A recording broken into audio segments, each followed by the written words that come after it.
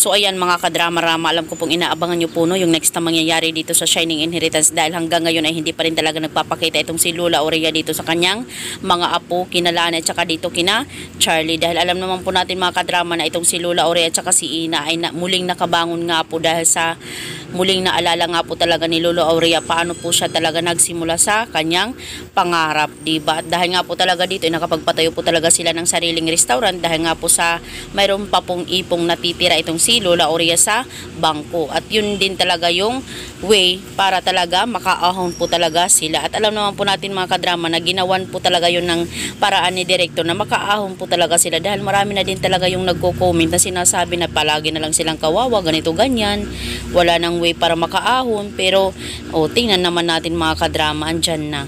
So dahil nga po dito mga kadrama, darating yung panahon po talaga na yun na magpapakita talaga itong si Lola Aurea dito sa kanyang mga apo at sasabihin niya na hindi na ako sasama sa inyo, si Ina lang ang tunay na nagmamahal at nagmamalasakit sa akin.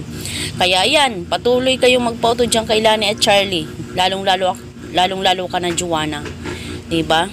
Dahil darating yung point na yun na babagsak ka talaga dahil hindi ka nakinig, pinakinggan mo yung mga taong hindi mo mga kamag-anak, talagang nagpauto ka sa kanila, binilog nila yung ulo mo, diba?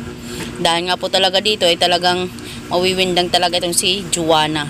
Itong si Yuan naman, mayroon naman talaga siyang care dito kay Lola. Yun lang talaga, hindi niya talaga maipanalo, hindi talaga siya makapag-stand dahil nga po kay Joanna, dahil kay na Charlie at saka kay Lani, at talagang sunod-sunuran sila, diba?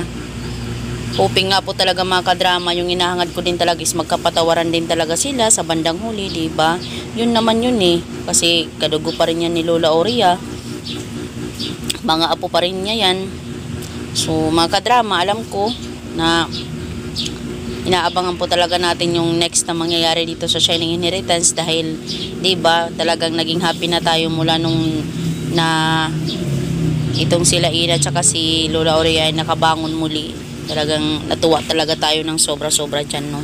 Dahil nga po talaga dito mga kadrama, sasabihin ni Lola sa kanila ay talagang magising na itong si Joanna sa katotohanan na hindi talaga sila yung kanyang tunay na kakampi kundi itong sila Lola Aurea niya at saka sila Ina, diba?